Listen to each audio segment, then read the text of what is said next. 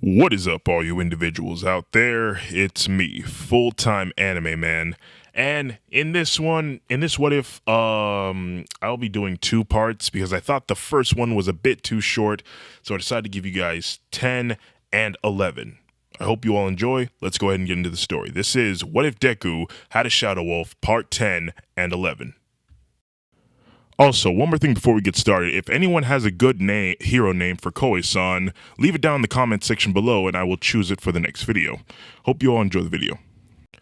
Now, for the last previous 9 parts that I've done these stories, it's mostly been Koei-san, Jigoku, Tomura, Koei-san, Jigoku, Tomura. Why don't we look into someone else's perspective? Why don't we look into the perspective of someone that Koei-san deems an even bigger threat than the gods? Let's take a look into someone who, in some ways, Koei-san can actually relate herself with. Let's take a look into Tokoyami's life and what he's been through. In this story, we'll be taking a look in the perspective of Tokoyami on the night of his quote-unquote second birthday. One night, as Mani the moon goddess walked to the earth in search of a solution to regain her full powers again, there was no way for her to find the creature that she had bonded Hati with.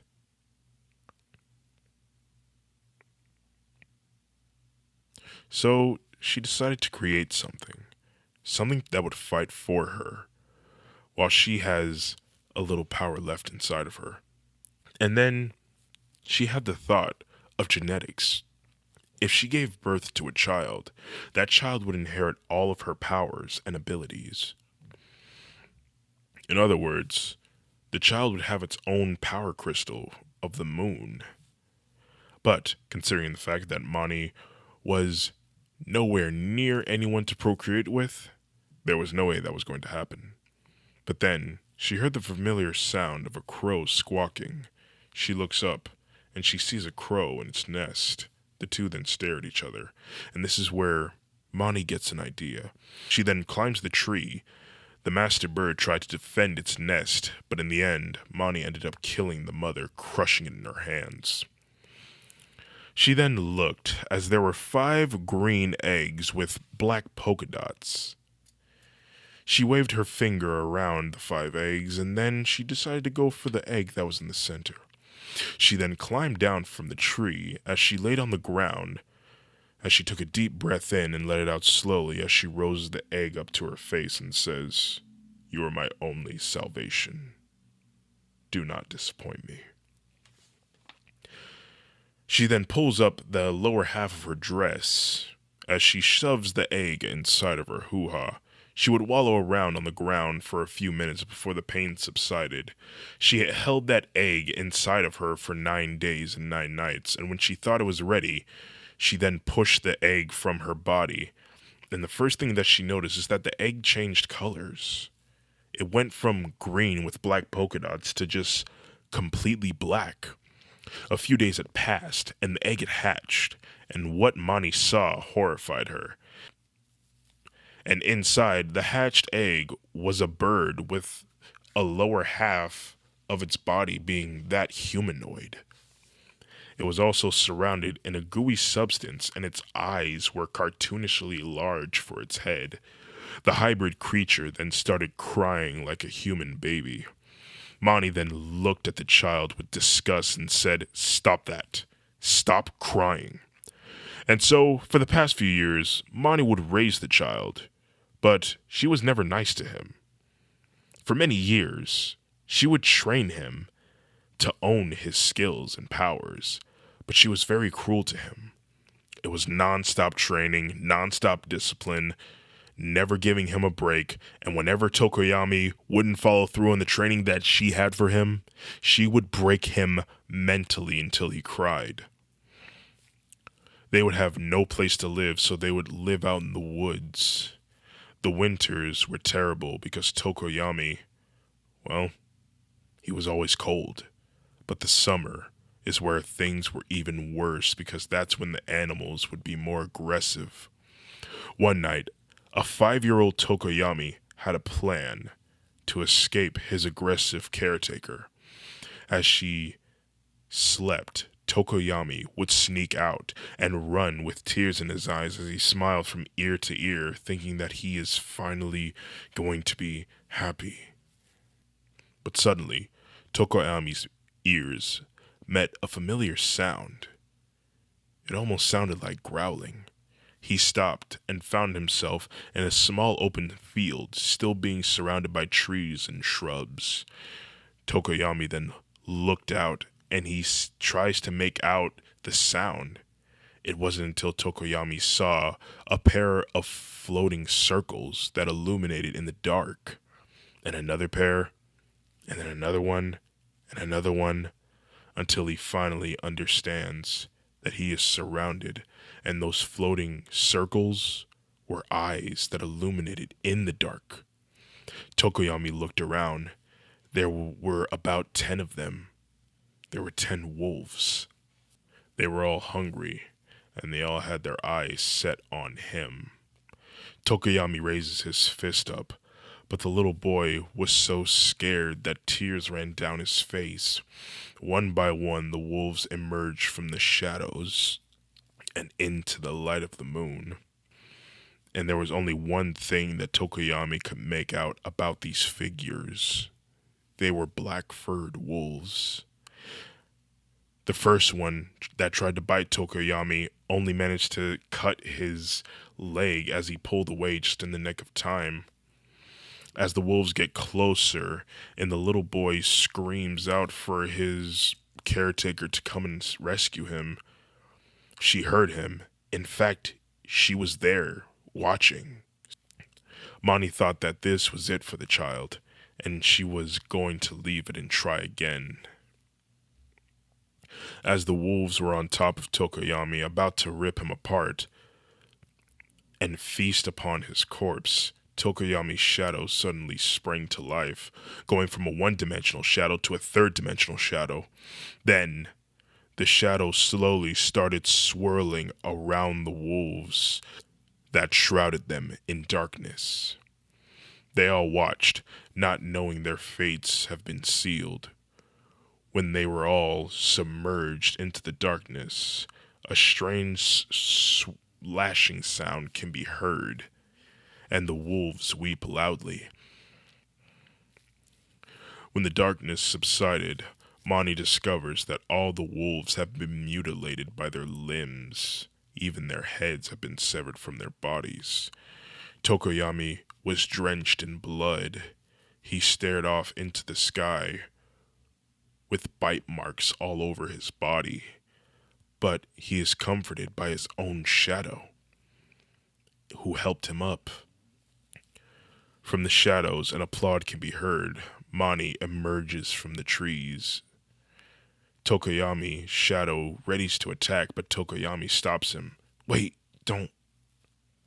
And he says, "Were you watching the whole time?" He doesn't have very good speech. "I was. You know, you surprised me, child. When the wolves attack you, I thought that was it for you. But it looks like you've created a companion to aid you in your life's mission. But why didn't you help me?" "Because it was to teach you a lesson, child. Don't ever run away from me. Because until I say so, you'll never be ready to go anywhere. And just for that..."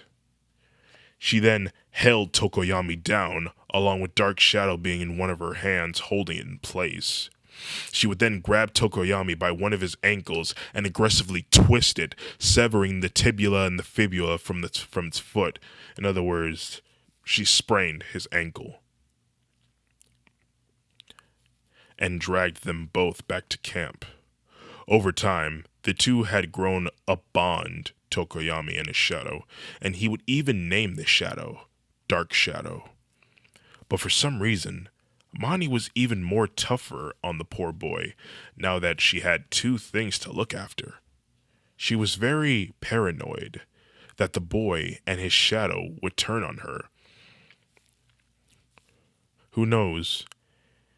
Maybe he's going to mutilate her someday. She had to assert her dominance.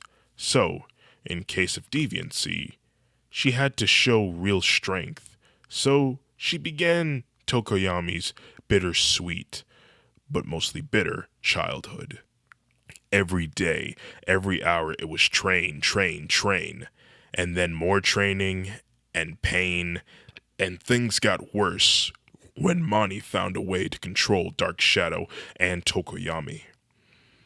Even at the same time, on Tokoyami's 14th birthday, Mani had decided to let him go explore the city.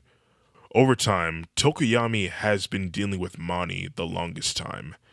He has never had any actual human interactions, so he does tend to be a bit socially awkward and not entirely sure how to deal with certain situations. For example, one night, Tokoyami was walking the streets. He was approached by a screaming little girl, begging for his help. The child started pulling and tugging at Tokoyami's clothes, with tears running down her face. Mister, please, my mommy has fallen. Please, help, blood is spilling from her head. Tokoyami did not like this feeling. This girl's story hurt his heart, and the tears that ran down her face made him feel even worse. Tokoyami thought that this child was hurting him, but what he didn't know was at that moment he was actually feeling a human emotion. He was feeling empathy. He felt this child's pain and was worried like a person, but he thought that this was an attack. So, doing the only thing he knows best when in a hostile situation, he fought back. He then pushed the child with all of his might, and he pushed her into the street, but her body then slid against the ground, and the back of her neck hit the corner of a street, which caused her death. The girl's mother quickly ushers towards the body of what once was her daughter. She was completely fine. It was actually a setup. She tightly hugs her daughter, and she cries her name, desperately trying to wake her up. Her anger was then redirected at Tokoyami as she quickly ushers towards him in retribution. Tokoyami definitely feels things were getting hostile, and he retaliated by using his Dark Shadow ability to dismember the mother into pieces, along with her little girl. The last thing Tokoyami heard was the woman's blood-curdling scream, but then after, an eerie silence. And that silence was filled with the sound of raindrops. He ran away, completely in shock of the endeavors that he had to endure. He hid underground to shelter himself from the rain, along with other homeless people. Tokoyami can still remember the look on the mother's face when he accidentally killed her daughter. And it was at that moment he starts to think, did he do something bad? He wasn't sure. He didn't even know that he killed the little girl. He just thought he got her in a submissive position.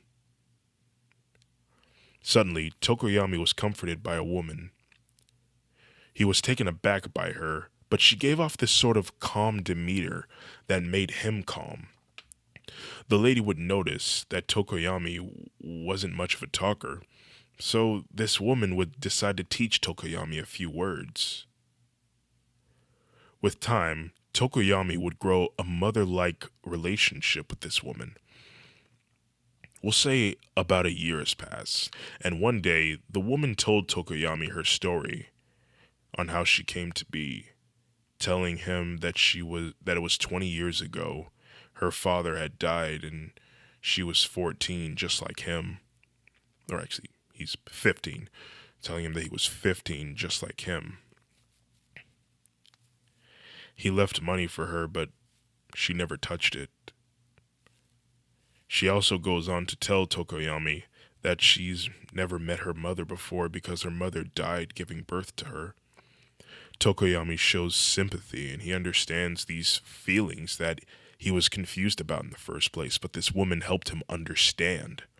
And over time, they would grow a mother son like relationship. Tokoyami has never felt this happy and comfort in his life before. But one day, that was all taken from him. When Tokoyami turned 16, there was conflict happening outside. Stepping outside, Tokoyami saw Godzilla. He was swinging his arms around and he was backpedaling as if he was fighting, but he was being bested. Looking closer, he sees someone, a girl with green hair and dog ears and a tail, flying up at his face and delivering an uppercut. As the punch was being delivered, ice then formed behind the giant lizard. He then falls backward, landing on the spot where he has been camping for 2 years. He quickly ushers over to the conflict. When he turns the corner, he sees the catastrophe. In the bunker where Tokoyami's home was, he finds the lady who was taking care of him for 2 years. She was crushed underneath rubble and barely breathing. He quickly gets the heavy wreck stones off of her. He then says, "Mom, are you okay?" The woman said in a weak voice, "You called me Mom." Her eyes then slowly close as she succumbs to her injuries and dies in Tokoyami's arms. Tokoyami feels his body overflowing with rage and sadness as he runs to the spot where he saw the girl who made Godzilla fall and crush his mother figure. He then turns the corner and sees the girl. He noticed that she had dog ears and a tail, and she had a textbook in one of her hands. He then ushers towards her in seek of retribution. But just before she could see him, she quickly ushers the rest of her teammates into a car, this being Tomura and Jigoku, and driving away. Tokoyami then stops as he yells to the sky. His eyes turned red, and he will forever remember the look of the person who killed his mother figure. Her name is Koi-san. Tokoyami then heard the voice of Mani inside of his head. "What the hell? Where are you?" "I'm inside of your head now. I've been watching you for these past few years, and there is something you must understand. This is what love brings you. One day, the person you love will die, and you will feel this pain forever. This is why I sent you to the city, to understand what loss is. But more importantly, now you know what your future opponent looks like." It is at that day Tokoyami's heart simultaneously grew colder. With every passing day, Tokoyami would train to become stronger so that the day that Tokoyami meets Koi-san again, he'll be ready. His bloodlust was just as vigorous as Mani's. So when Mani caused Dark Shadow to attack Koi-san, he took a lot of satisfaction out of it. Now, I'm sure you're all wondering, like, full time, how does Tokoyami know where Koi-san is, like, all the time? Because both of them have this sort of special connection in some way.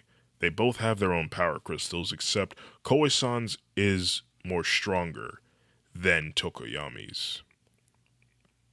You see, Tokoyami has notes of every spots in this city, and he has this ability where he could see where she is, but he only gets a first-person perspective, so whatever she sees, he sees. Now, I'm sure you're all wondering, if that's true, then why doesn't he just sneak up on her and kill her, or kill her while she's asleep? Well, reasons is because Koi-san is stronger than he is. Over the years, he's watched her take down all these heroes who should have been, who were supposedly supposed to be the strongest heroes alive, but they were all bested by Koe-san and the gang. That, and she is the adopted daughter of the most dangerous man in the world, and he doesn't want to risk making him angry and coming after him. At least, he didn't want his attention at first, but now, he doesn't care anymore. He just wants retribution. But of course, he knows that he's a very powerful man.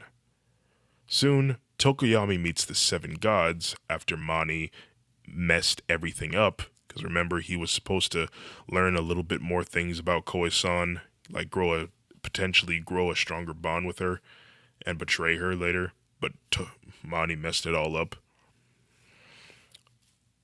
So they move on to the contingency plan, where Tokoyami had met the seven gods: Horanir, Anjord, Magni, Maudi, Vithard, Vali, and Sol. But when Tokoyami first met them, there was a small skirmish between him, Magni, and Maudi. Reasons is because both Magni and Maudi were arrogant, and they didn't think before acting. It was always punch things first, and they always had something to say. But, nonetheless, they all had objective, and they had to get things over with so that they can all go their separate ways. On the day of the USJ attack, Tokoyami and the other gods waited to find the opportunity to attack.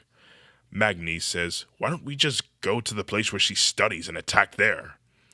Tokoyami says, "Because our only target is the wolf girl, and knowing you two, you're both erect when it comes to anyone who stands in your way.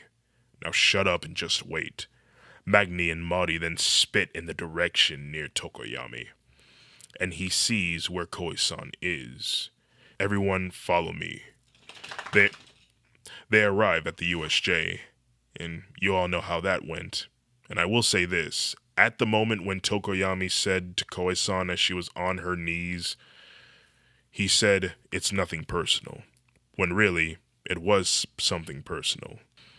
When Koe-san had accidentally taken his mother away. So therefore, there was personal reasons.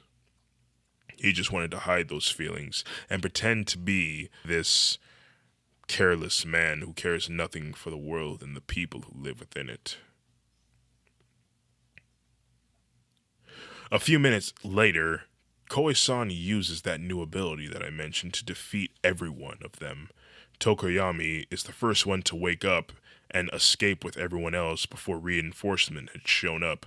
Soon, they arrived back at the house, and Magni and Maudi and Tokoyami were arguing because they lost, and they blamed Tokoyami for not telling them about that ability that Koe-san had. But Tokoyami argues back, saying that he didn't even know that she could do that.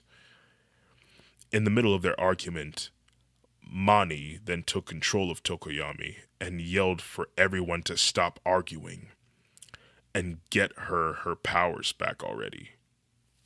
Time passes and Tokoyami has been trying to see where Koe-san is, but for some reason, he couldn't see anything. This reason is because Koe-san was under the Akoma at that moment, and since her eyes were closed, Tokoyami could not see anything. That was until she woke up from her coma and Tokoyami informed the rest of the gods that she had finally awoken. And they all think that they should just go get the power crystal no matter where she is. They should just go in there and just take it and kill her in the process for what she did in the USJ. But Tokoyami said no, it's too risky. All for One will most certainly destroy all of you.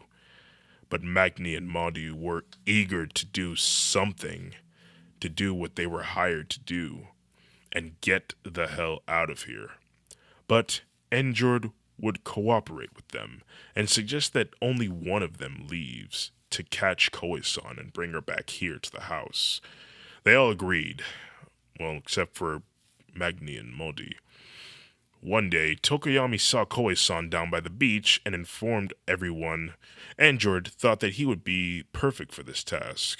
After all, it's near the ocean and he's the god of the wind and seas. But we all know he failed. And the way that Soul met Overhaul was actually on the way to the USJ attack when one of his goons spotted all the gods. The goon tried to recruit them, but they all turned it down, except for Soul, who actually took the card that the guy tried to offer them. So when Endred failed, Soul went to Overhaul and made a plan, only for that to go south. Even the day he saw her in Asgard, Tokoyami saw it as Horonir hurled Odin's spear at his heart and volley, not even stopping him. But he couldn't care less about what happened. He doesn't care about the gods. He just wants to get Koe-san by any means necessary. And one night, when the moon was up, he would just stare off with hatred at the city and begun to think, this world is messed up as it is. Perhaps it is time for a new era to start, for all the gods to die. Dark Shadow can hear everything that Tokoyami is thinking, and begins to grow a fear towards his master. Tokoyami looks to the ground and says, "Mark my words, Koe-san. I will have vengeance." We then fade to black. Where we last left off with Koe-san, she had just found out that she's pregnant after having sexual intercourse with Tomura, and Jaigoku joined in. On their way to class, the two, Koe-san and Jaigoku, were attached at the hip, but before they made it to class, they wanted to make sure that, no one knew their secret, so they acted like everything was normal. Koe-san hasn't told anyone about the news about her being pregnant, and so for the past few days she has been pondering on the thought, should she keep the baby or should she abort it?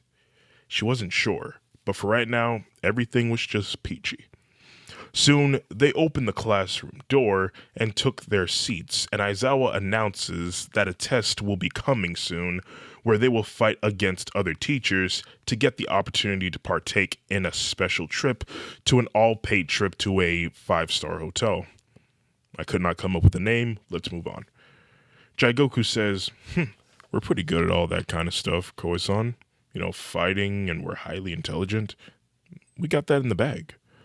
Koe-san says, yeah, we got that in the Koe-san holds her hands up to her head as she feels agonizing pain in her ears. Koe-san, what's wrong? My ears, it's killing me. Koe-san can hear a voice in her head, only it didn't sound human. It sounded like an elongated grunt with small words sprinkled in. What are you saying? I don't understand. Jaigoku says, Koe-san, I'm not saying anything. What are you hearing? Koe-san then falls to her knees. The pain was too much for her to handle. Even Jiro wallows around on the ground because she has a special ability of hearing things as well. Everyone looks to the girls, wanting to help them, but they were unable to help them because they didn't know what was going on. Koe-san then opened a portal to the abyss in front of everybody, and everybody was surprised. Like, wait, when did she know how to do that? She crawls through inside, taking Jiro with her, and Jaigoku follows behind. She takes a few deep breaths, and Jaigoku and Jiro say, "What happened?" "I don't know," said Koe-san. "I heard a voice or something. I don't know. It was hurting my ears. My head is still killing me." Hati says, "I can explain. That was the voice of my uncle, Jormungandr. He was calling to me. He wants to talk with me." Jiro says, "Oh wow, Koe-san, I almost forgot that your shadows can talk. Koi-san says, how did you hear any of those words? All I heard was putting me and Jiro in a lot of pain. His vocals are very powerful. Even talking at the lowest frequency that his throat can allow him to, it can still cause a person's eardrums to erupt. Well, if he is, well, is he done talking? Because he could have killed my baby. Jigoku and Jiro, who Koi-san forgot was there, says, wait, you're pregnant? Oh, I forgot you guys were here. Koi-san, when did you find out? Just a few days ago, Hati sensed it on me. Look, I didn't want to tell you because I didn't know what I want to do with it. I'm unsure if I even want this baby. Jigoku says, but Koi-san, you have to keep it. It's a gift. And not a lot of women get this chance in their lives. But what about my hero/therapy career? But Koi-san, this is a living thing growing inside of you. Isn't that just a little bit more important? I don't know, and it's kind of scaring me. Does Tomura know? No, and let's keep it that way until I can make up my mind. I don't know what I want to do right now, and I just need more time. Jigoku then rubs her belly and says, okay, Koi-san, but please just think about giving this baby a chance. I will. Now, come on, we should go back. Oh, and Jiro, could you please keep this between us?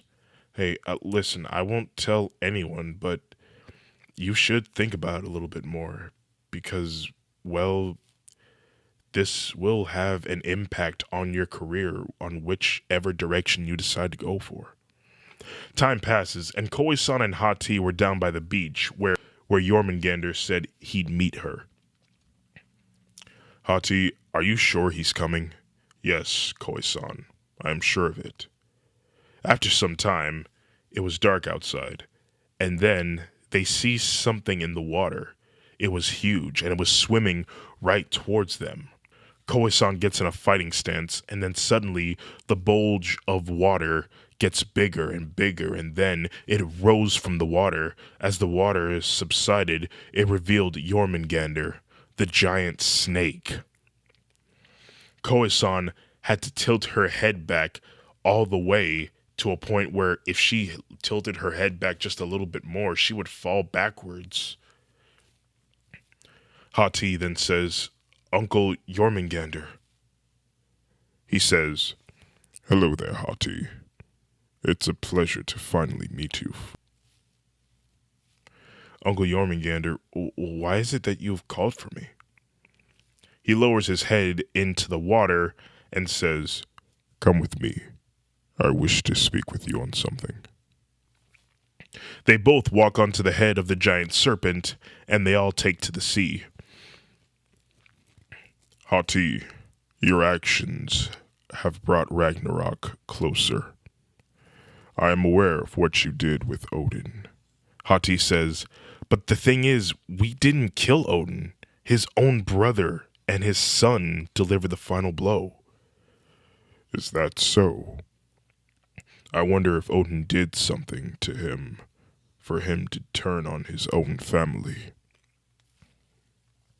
Uncle Jormungandr, where is it that we are going? I will show you. After a while of swimming around, Koi-san and Hati have been talking, and Jormungandr shows them around the world through the ocean view. They have seen shores of America, such as Hawaii and its volcanic mountains, and they have seen the shores of South America. And in just a matter of a few short hours, they saw the world, and it was beautiful. But then Jormungandr says, we are here. Look ahead of me. Well, what is it? What am I looking at? Looking closer, they see the tail end of Jormungandr. Hati gasps and says, you're almost at your tail. That is right, Hati. As you know that once I reach the end of my tale, Ragnarok will begin. But how? Me and Skull, we haven't captured the sun and the moon yet.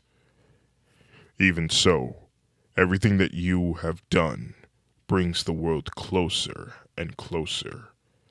Hati, Ragnarok is coming, and no matter what you do, it will happen. But there's gotta be something that we can do. It can't start if Father doesn't get free from the shackles, right? It's silence for a few seconds, and Jormungandr says, "The dominoes have already been set. It's only a matter of time before the last push causes them all to fall.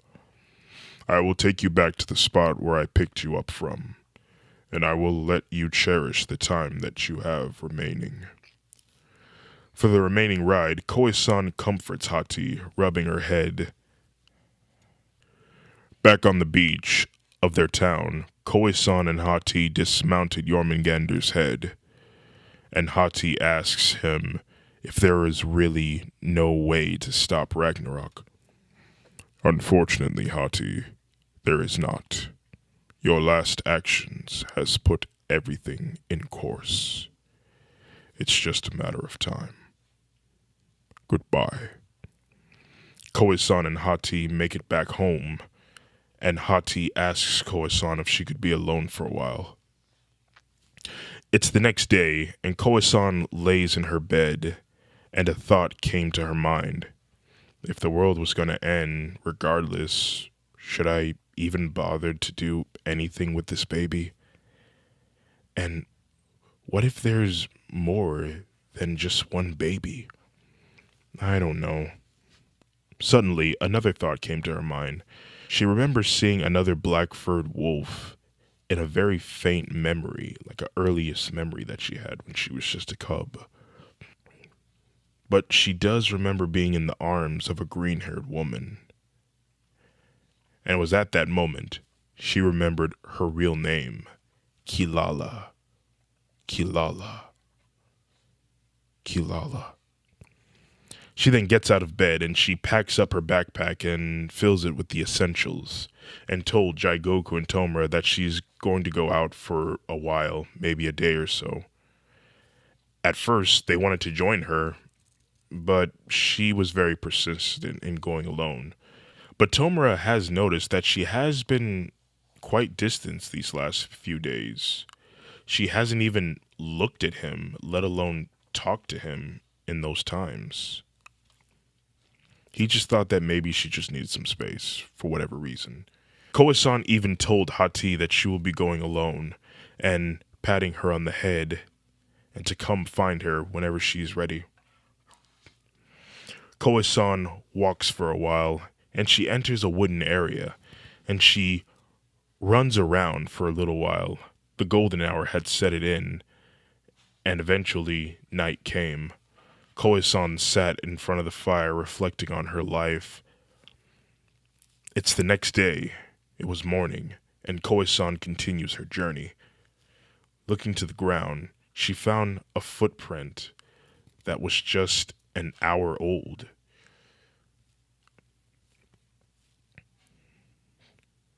She walks for a while, until it was night, and Koe-san hears twigs snapping, and she looks and sees that wolves have surrounded her, all black-furred wolves, snarling and growling. Koe-san says, "Who are you?" All of them take a step back. Wait, how is it that we can understand her? Wait a minute, her scent. It smells like... Is she her? Is she the one? Is she the missing child of our queen? Wait, queen? Who? Asked Koe-san. They urge Koe-san to follow them, and she is a bit taken aback by this, but she eventually follows them back to the park. Each black-furred wolf that she walked by stared at her in hatred, but at the same time, admiration. She is escorted to an underground den that was big enough for her to walk through. Soon they approach an elderly wolf. They all bow down and say, "My lady, I think that may have found her, the one." This elder wolf then slowly turned her head and she looked at Koisan, and she was able to make out her figure. This old wolf was shrouded in gray fur, and she was partly blind in both of her eyes. She could tell by her breathing she was basically on death's doorstep at this point. "Come closer, child." The Wolf Queen then proceeds to sniff at Koisan, and she gasps, "It's you. You're my remaining child, Kilala." The other peasants bowed before her. "You look so different ever since that human woman took you from me. What happened?" Kilala is what I'm going to refer to her in this scenario, explains everything that had happened, and the queen of the pack was baffled that Fenrir even exists. Kilala had so many questions to ask her, but she could tell by the situation that she only had enough time to ask a certain amount of questions with her mother. The one question that she really wanted to know was, what does her name mean? And why does everyone here call her the One? What happened to her other siblings? Her biological mother laughs, holding in her coughing, and says, "On the day that you were born, I was having complications with my pregnancy, and each cub that I pushed out was deceased. I cried when 4 of them were gone. But you, the 5th one, miraculously survived. That's why they call you the One. Because you're the one that survived. And on the day you were born, I wanted to name you something unique and beautiful. The one who survived. A name that everyone can love. Your name, Kilala, means one with the cats. There is no reason, there is no deep meaning. I just really thought that name suited you." Koisan smiles as tears start to wallow up in her eyes. It does have a nice ring to it, after all. "And here, I wanted to show you something," said Koisan. Koisan then transformed into her original form, and everyone gasps in bewilderment, taking a step back. "She's magic. How did she do that?" "Oh, my. You're so beautiful. You look just like the last time I saw you. I will cherish these moments that we had, and I will not regret the times that we've lost." Kilala's eyes start to fill with tears as she hears her mother's voice say, "Goodbye." Her eyes slowly close, and she passes away from old age. Kilala tries to resist the tears, but she lays her head on top of her mother's body. As tears run down her head, one of her peasants said, "My queen, I'm sorry to interrupt your time of mourning, but it's important to know that when the queen dies, it is important that the child takes her body and forms a weapon." Soon, Kilala burns her mother's body. Only bones remained. She packs up her bones, but before she leaves, she tells her peasants that one day she will return for their help. for a potential fight. But for now, they should all just keep doing what they're doing and take care of one another, and she will return one day. She leaves and makes her way back home. She feels a certain cold presence as she's on her way. She looks around and she drops her backpack and getting in a fighting stance. Who's there? Suddenly, Koe-san hears a voice. You're all alone now. What will you do without her by your side? You must feel vulnerable. I can easily rip you in half right now, if I wanted to. But Koe-san then turns around, and there stood Tokoyami just inches away from her. She then jumps back, getting some distance between them. Koe-san says, "It's you." You know, it's actually kind of funny. I didn't see the others. Were you this foolish enough that you think that you could take me on your own? Tokoyami said nothing, as he then dashes in at her with tremendous speed. Koe-san dodges, and Tokoyami continues to zip past her, but Koe-san would dodge his attacks and fight back, but they were both at equal power at this moment. And in the end, they both found themselves stopping to catch their breaths. "What do you want?" asked Koe-san.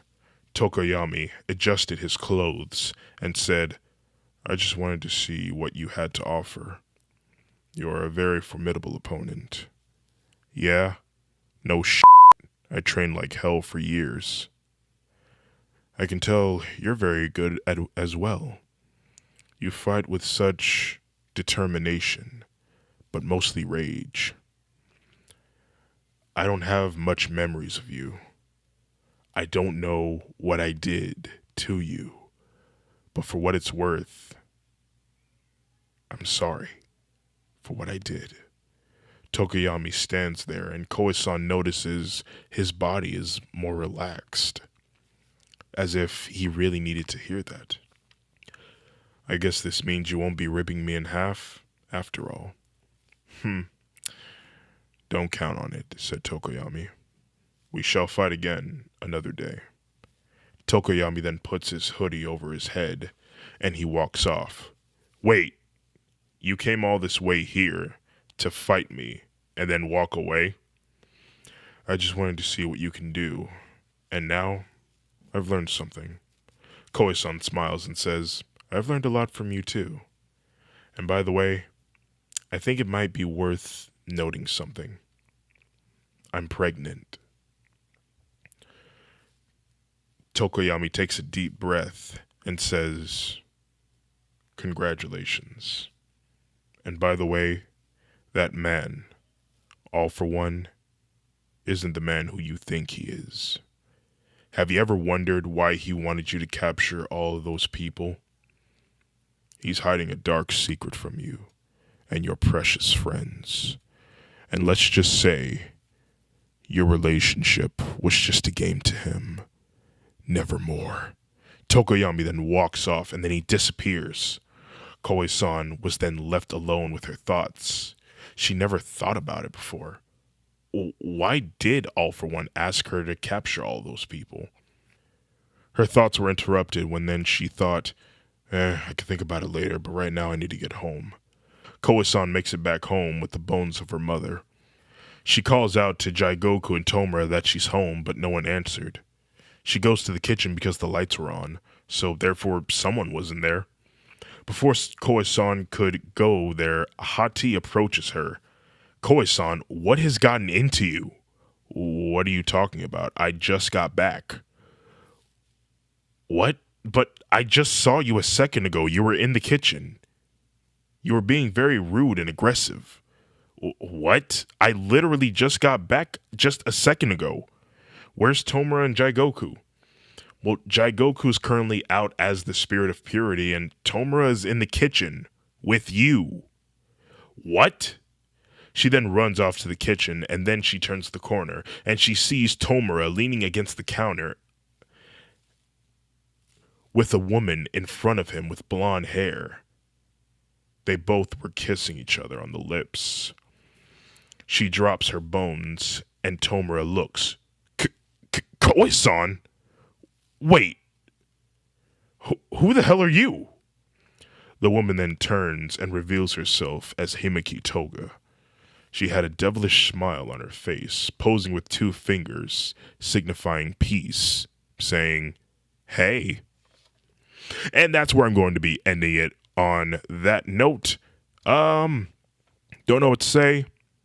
Other than hope y'all enjoy this video. Oi, Koi-san's gonna be really mad in the next part. Hope y'all have a nice day. Consider yourselves #bless. Goodbye.